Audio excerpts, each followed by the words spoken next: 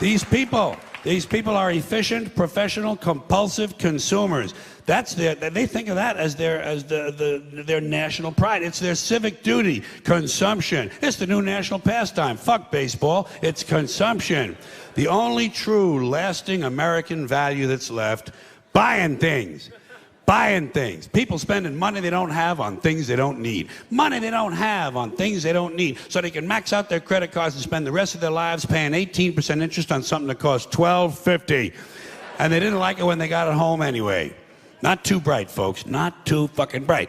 But if you talk to one of them about this, if you isolate one of them, you sit them down rationally, and you talk to them about the low IQs and the dumb behavior and the bad decisions, right away they start talking about education. That's the big answer to everything. Education. They say we need more money for education. We need more books, more teachers, more classrooms, more schools. We need more testing for the kids. And you say to them, well, you know, we've tried all of that, and the kids still can't pass the test. They say, don't you worry about that. We're going to lower the passing grades. And that's what they do in a lot of these schools now. They lower the passing grades so more kids can pass. More kids pass, the school looks good, everybody's happy, the IQ of the country slips another 2 or 3 points, and pretty soon all you'll need to get into college is a fucking pencil. Got a pencil? Get the fuck in there, it's physics. Then everyone wonders why 17 other countries graduate more scientists than we do. Education. Politicians know that word. They use it on you. Politicians have traditionally hidden behind 3 things: the flag, the Bible, and children. No child left behind. No child left behind. Oh, really? Well, it wasn't long ago you were talking about giving kids a head start. Head start, left behind. Someone's losing fucking ground here. But there's a reason. There's a reason. There's a reason for this. There's a reason education sucks, and it's the same reason that it will never, ever, ever be fixed. It's never going to get any better. Don't look for it. Be happy with what you got. Because the owners of this country don't want that. I'm talking about the real owners now. The big, the wealthy, the real owners, the big wealthy business interests that control things and make all the important decisions. Forget the politicians. They're irrelevant. The politicians are put there to give you the idea that you have freedom of choice. You don't.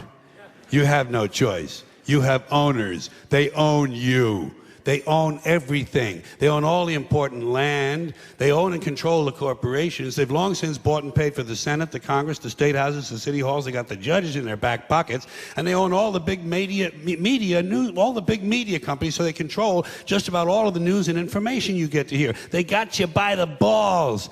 They spend billions of dollars every year lobbying to get what they want. Well, we know what they want. They want more for themselves and less for everybody else. But I'll tell you what they don't want. They don't want a population of citizens capable of critical thinking. They don't want well-informed, well-educated people capable of critical thinking. They're not interested in that. That doesn't help them. That's against their interest. That's right. You know something? They don't want people who are smart enough to sit around the kitchen table and figure out how badly they're getting fucked by a system that threw them overboard 30 fucking years ago.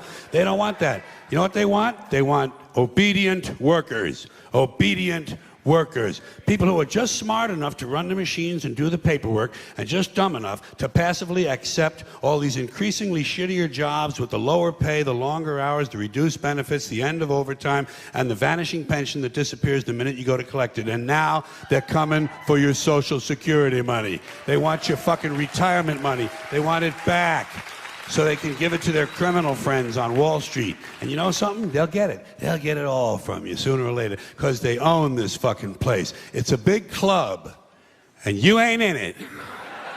You and I are not in the big club.